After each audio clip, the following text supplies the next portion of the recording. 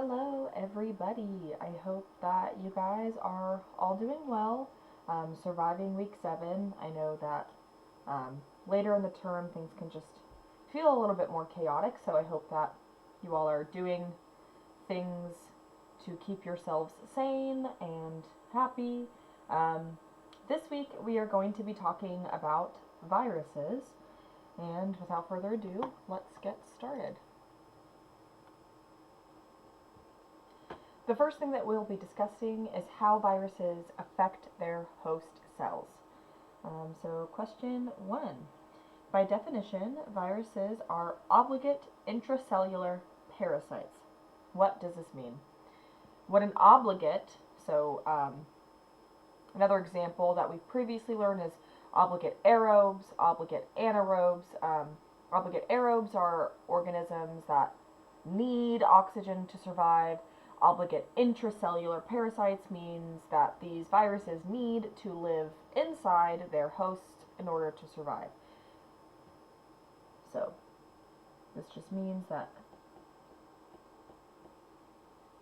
viruses can neither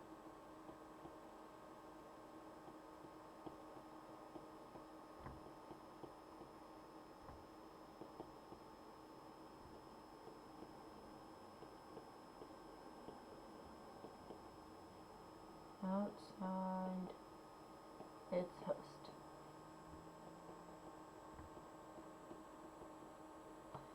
Right. 2. In general, how are viruses classified?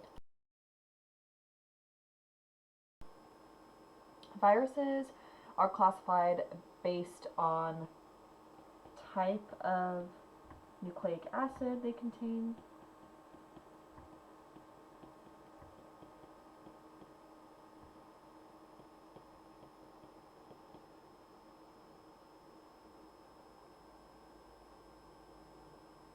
and yes, they are considered to not be alive because they do need their host to survive. They can also be classified, not also. So, for example, we have double-stranded DNA. We can have double-stranded RNA.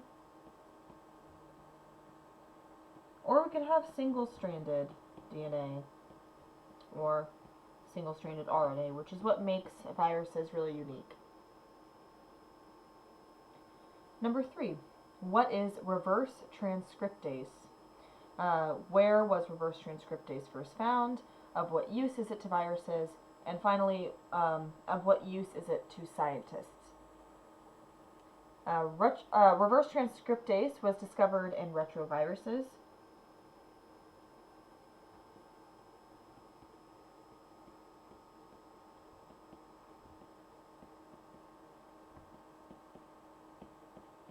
Retroviruses are RNA viruses that insert a DNA copy of their genome into the host cell. And what reverse transcriptase does is it transcripts RNA into DNA, and that's how it's able to create that DNA that is put into the genome. It allows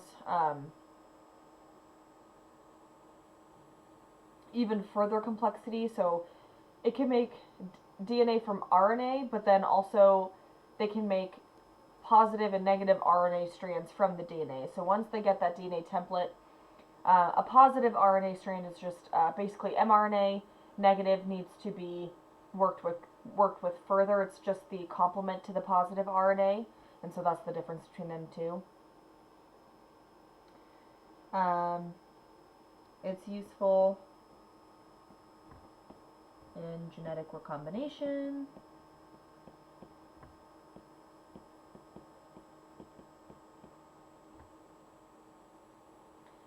And this is important to make cDNA from mRNA.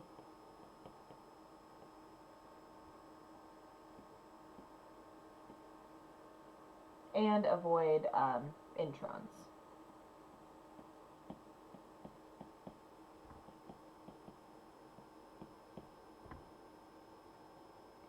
Awesome.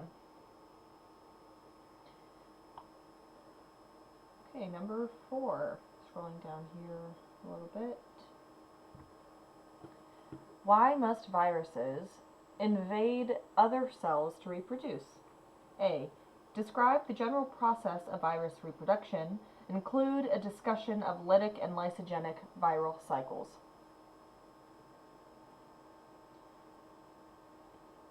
I'm going to start with the lytic cycle. This takes over host cells machinery.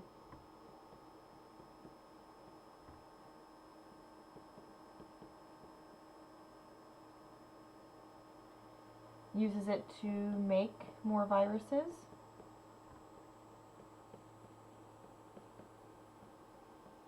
And once it's done with that, they lyse the cell and allow the other viruses to escape.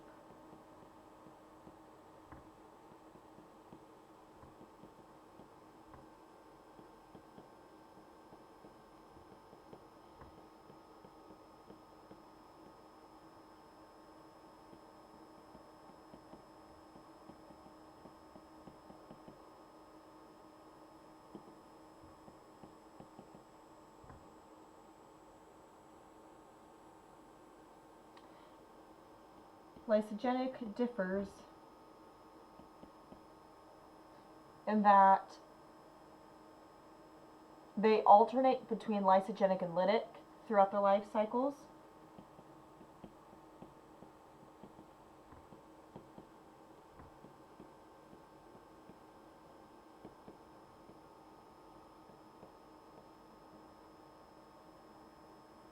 And in the lysogenic stage, the virus incorporates the viral DNA into the host DNA.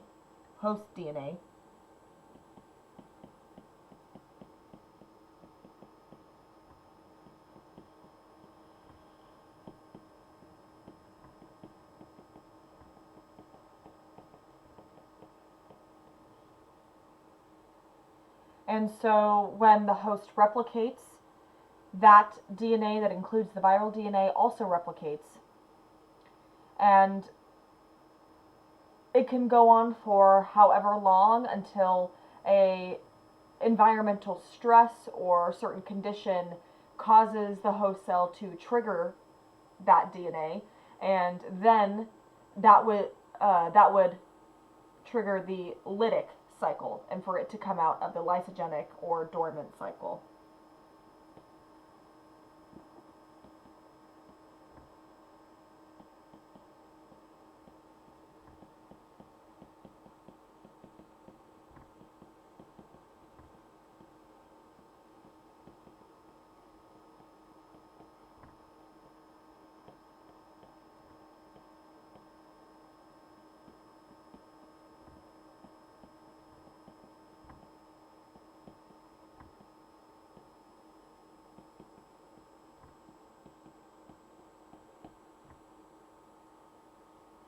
What causes it to come out of the lysogenic cycle can be a variety of different things. The main thing that we say is just environmental stress.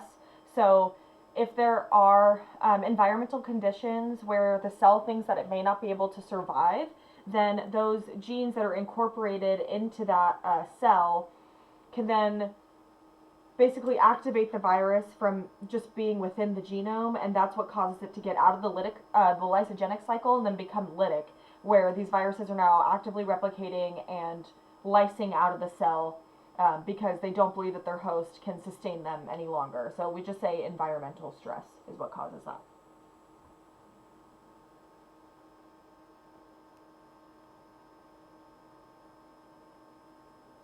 Yeah, of course. No problem. All right, B. What types of viruses are more likely to have a lysogenic phase? This can be a variety, but a lot of double-stranded DNA viruses and retrovirus DNA that can produce double-stranded DNA are able to incorporate into the genome easier.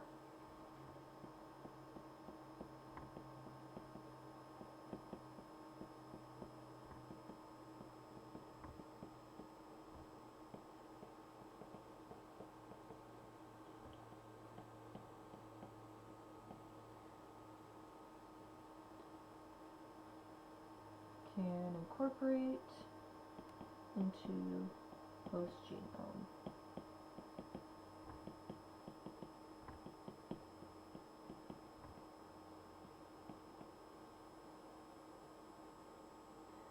RNA viruses that don't produce DNA are unable to incorporate into the host. The host will not be able to sustain them any longer due to some. Sorry, I'm going to just finish this really quick, and then I'm going to go back to your question.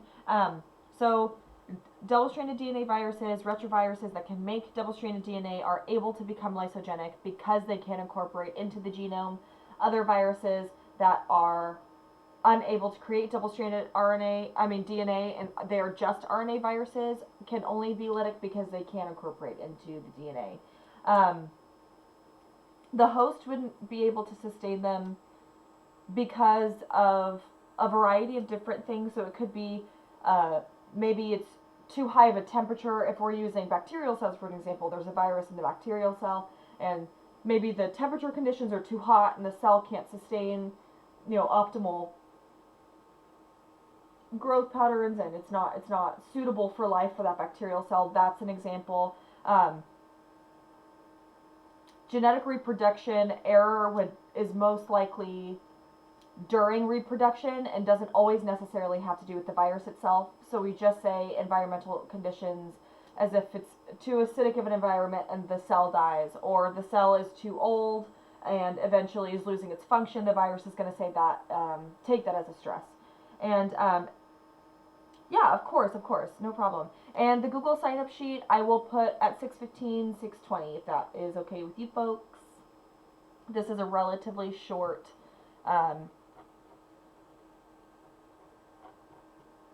what's it called? Live stream. I do these every weekend. I'm saying what's it called? Sorry. This is a relatively short live stream today. Cool. Okay, so yes, these are the ones that can. Strictly RNA viruses aren't able to become lysogenic.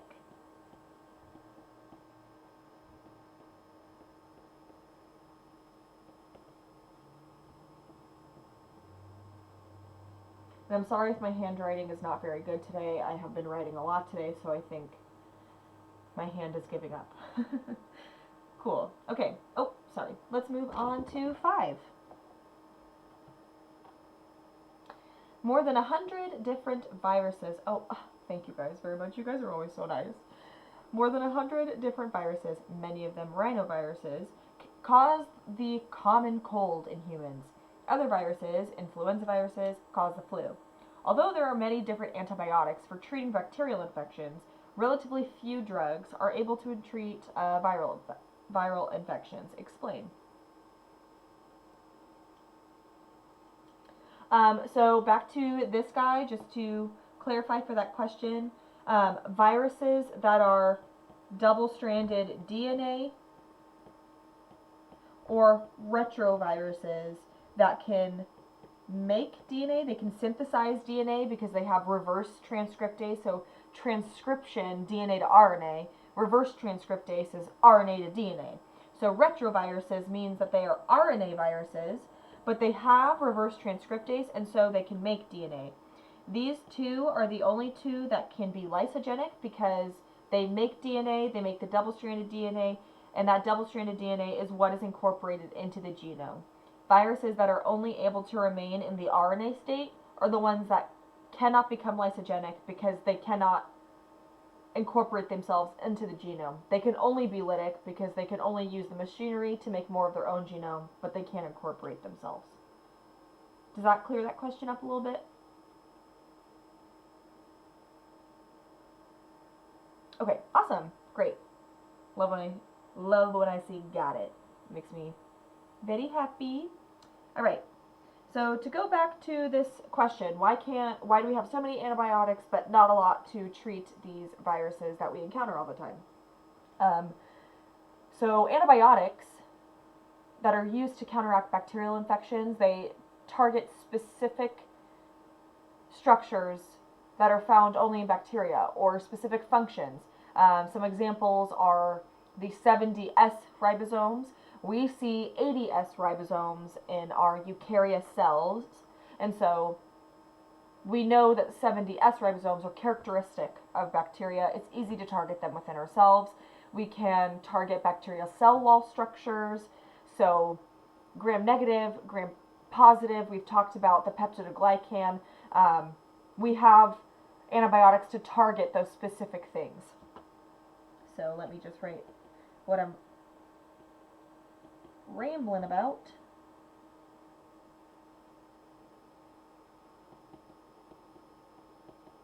Bacteria specific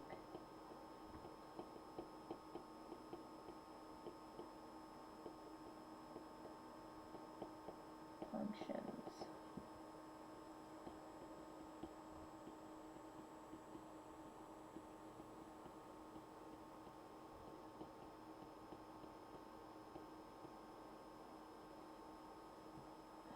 However, moving on to why we don't have a lot for the common cold or flu is that it's much more difficult to find something that a virus specifically requires for its own function and replication that isn't required by the host it's infecting. And so if it's hard to target something that uses your own machinery. If something uses your arm to make something you don't want to make, you don't want to just cut off your arm. You don't want to target something that the cell might really need to function. Not that you always need your arm to function. I should have said something like heart. So yeah, it's much more difficult to find something that a virus requires for its function and replication that's not required by the host for their normal metabolic functions. And so when a virus-specific coat, protein, or enzyme is found, like reverse transcriptase, high rates of mutation also make it difficult. So let's write difficulty for combating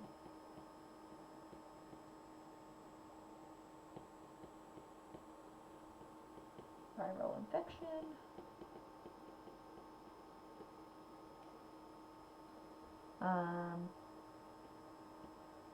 May target hosts necessary mechanisms. There is high mutation rate in reverse transcriptase and in viruses in general. And as we know, mutation rate is pivotal in how fast we can catch something. I like to think of mutation rate kind of as Mystique from X-Men. One day, you know, she might look a certain way, but she can mutate and, you know, look something completely different that now we can't detect, now that we can't treat. So I just put the Google form in the chat, and to answer that question, and no, it's totally not obvious, it's different for everybody. If you were to find the worksheets, usually the worksheets are found on your Canvas page. It's different for every professor, but usually there's a live, Learning Center worksheets or bio live stream, but it might be somewhere in your modules, if that helps. I'm so sorry if I don't know specifically where it's at. And to answer your question, that is exactly right. So how you said it is perfect.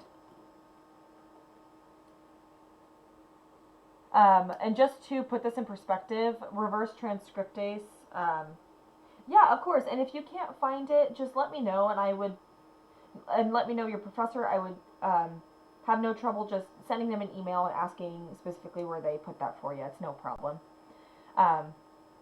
So yeah, for example, reverse transcriptase has an error rate of 1 out of 8,000, which is huge because compared to DNA polymerase or RNA polymerase that we use in our replication, our error rate is 1 out of a million. So 1 out of 8,000 is a much greater probability of mutation than 1 in a million would be. And this is because reverse transcriptase has no proofreading ability.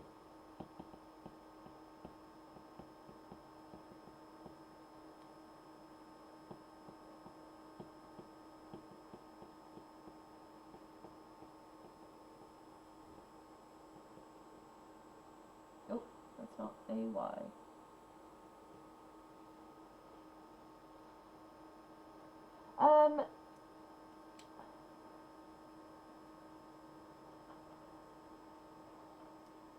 If you guys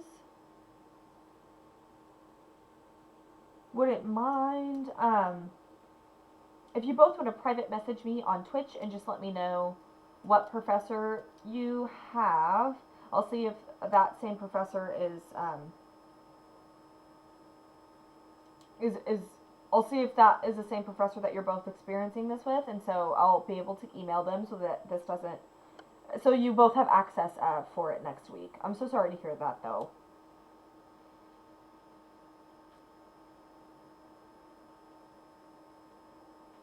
Alrighty.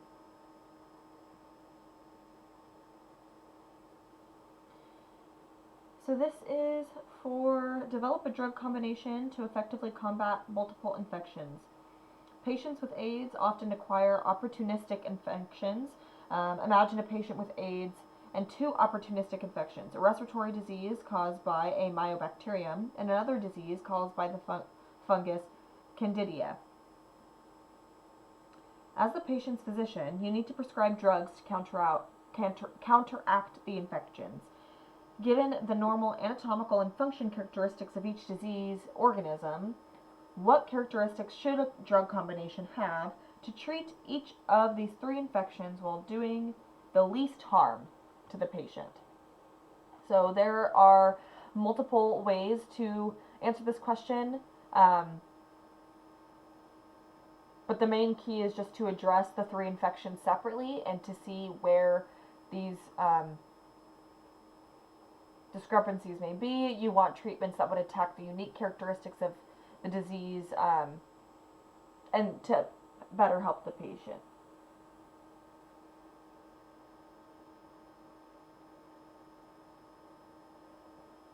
So to first focus on AIDS, the patient would need continual treatment using several different kinds of drugs because the virus will eventually adapt and evolve.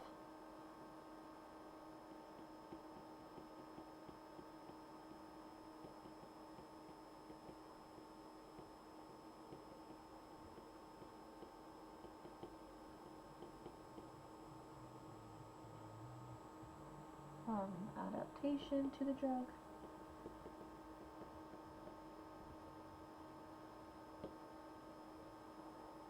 These treatments could inhibit proteins on the virus that link to receptors in the cell. This would be allowing it to enter or leave. So alternatively, the drug might inhibit reverse transcriptase, prevent the virus from making DNA. So we could say drug that inhibits proteins.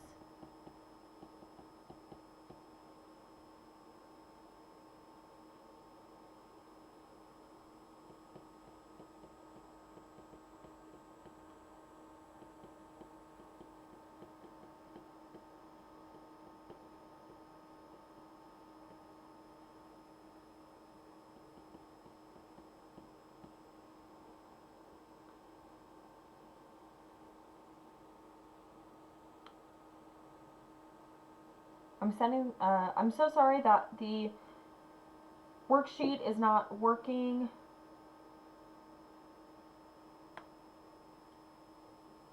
Try your PDX email. Thank you guys for helping each other in the chat. I really do appreciate it. That's awesome. I'm putting the Google form just one more time. I like to put it in there a few for you guys. Cool. So inhibits reverse transcriptase is the second thing. Oh, no, I'm so sorry. Okay, I need to make this clear. So, we're developing a drug combination to combat these multiple infections. So, when I'm putting the name of the disease we're treating at the top, what I'm doing with the bullet points below is specific parts of the virus that we could attack. So we could have a drug that inhibits the proteins of the cells to not let the HIV virus in. So we could, now we're saying we could inhibit reverse transcriptase. So this is another way we could, oh, don't apologize. Don't ever say sorry for asking a question, ever. That's my one rule in this chat, is no sorries, unless you say something that's rude. But you guys never do. Inhibits reverse transcriptase. So this makes it so that the virus can't make DNA, and so it can't replicate further. Prevents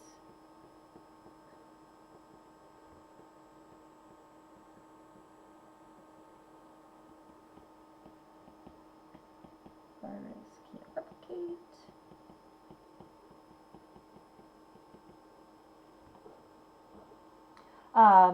But obviously, in reality, the treatment of HIV/AIDS is very difficult because DNA can integrate into human chromosomes and lie dormant, hidden for long periods of time.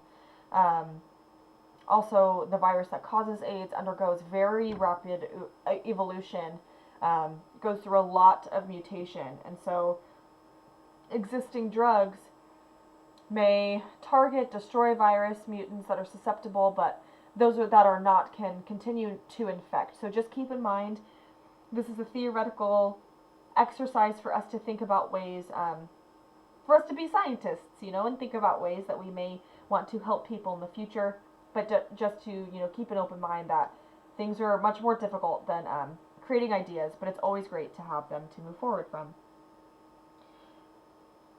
So the second one that we're going to be talking about that this patient is suffering from is an infection caused by Mycobacterium.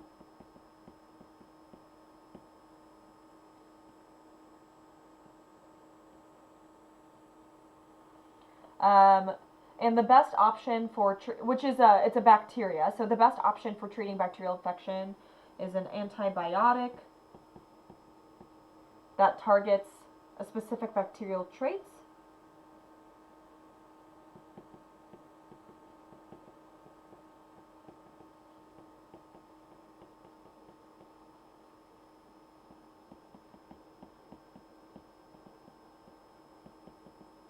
And this could be, and to be specific, specific bacterial traits not found in humans. That's very important. You don't want to target something that a human might need, especially when we're treating a human. So examples of this are targeting peptidoglycan. Oh geez, my spelling. Peptidoglycan.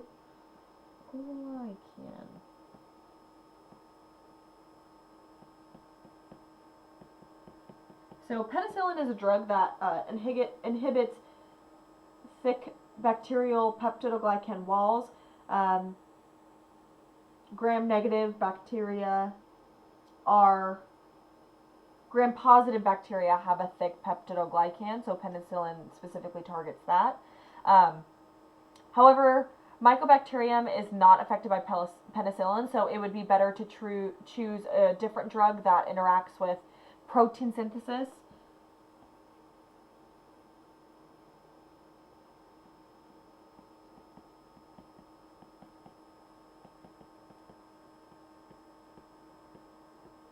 This 70S ribosome.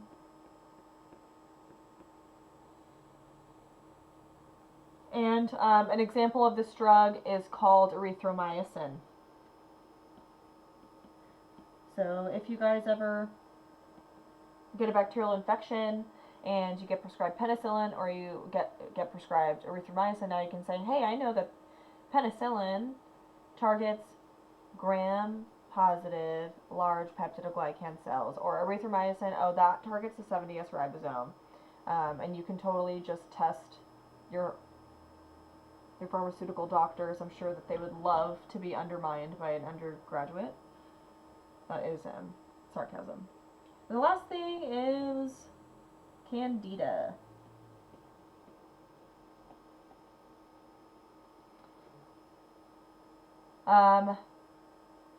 This is a yeast, and so it's important to understand that yeasts are eukaryotes, like us.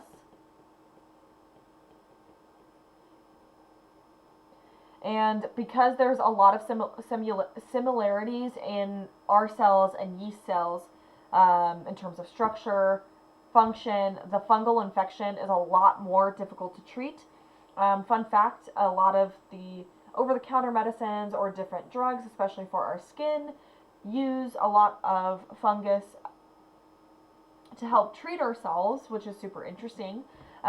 So it makes it more difficult for us to treat that when, you know, we have so much in common.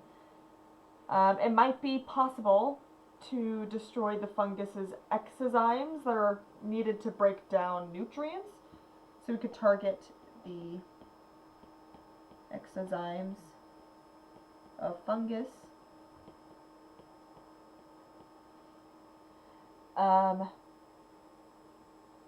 But that's really the one thing that I can think of, just because of how difficult fungus really is to treat. There's a lovely podcast, I forgot what the name of it was, but it talks about how we predict a large fungal infection in the future, and I found it very interesting. A little bit terrifying, but very interesting.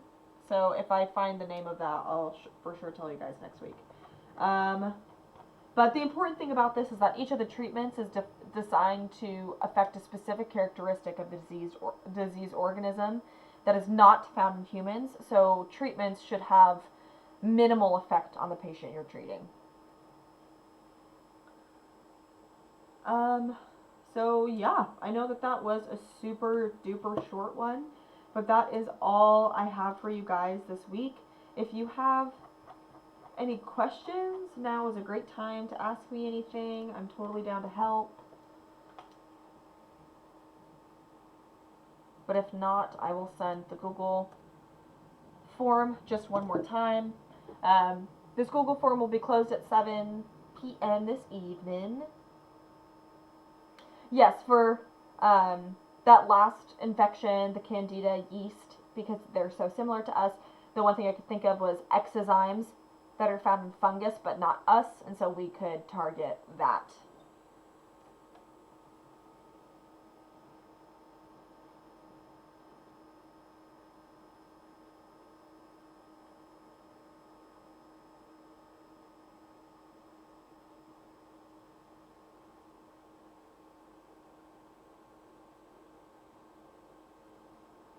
Okay, awesome. Yay, I'm happy it makes sense. Viruses are my favorite, so I was excited that this one would be smooth.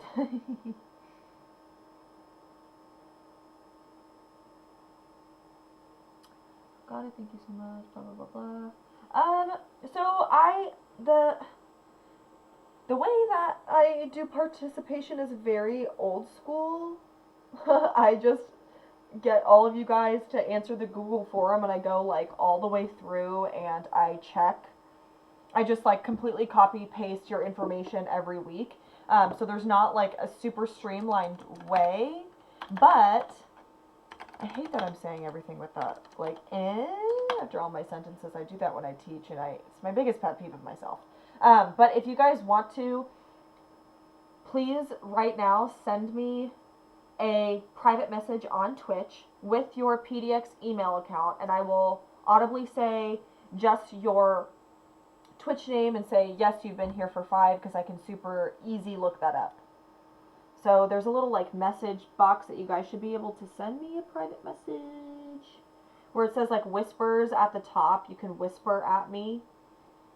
And I can totally check that for y'all real quick.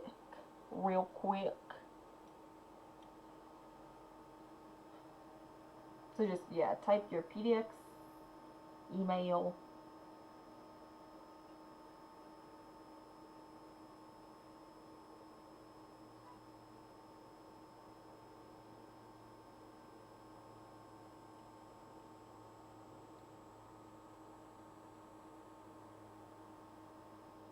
So if you look up at your Twitch bar, there's something at the top right, and you see your little icon that's like your account, your channel. There's something that says Get Bits. Right by Get Bits on the left side, if you hover, it says Whispers, and then you just type in my name.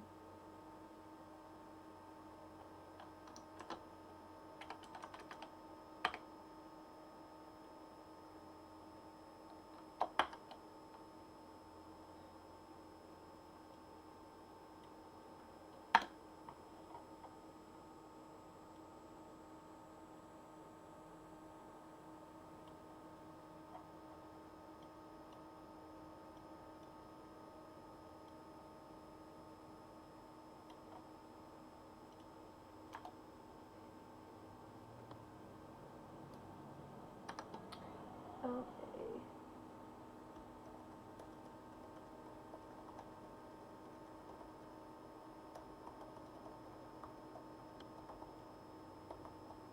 Cool, I am messaging you all back. Just click her name and whisper. Yes, exactly. You can just click my name in the chat and hit whisper. Let me know if anything seems off or if you feel like you attended more than what I gave you, and I can totally put you on. Let me look you up.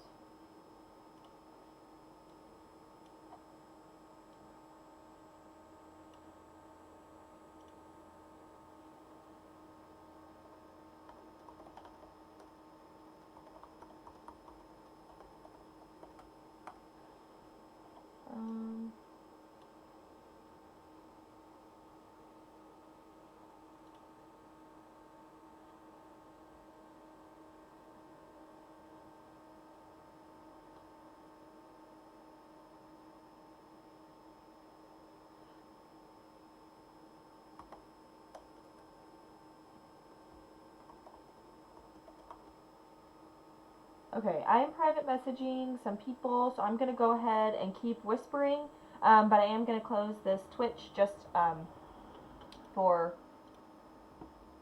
the LLC purposes. So thank you all for attending, and I will help those students that have messaged me. Thank you so much.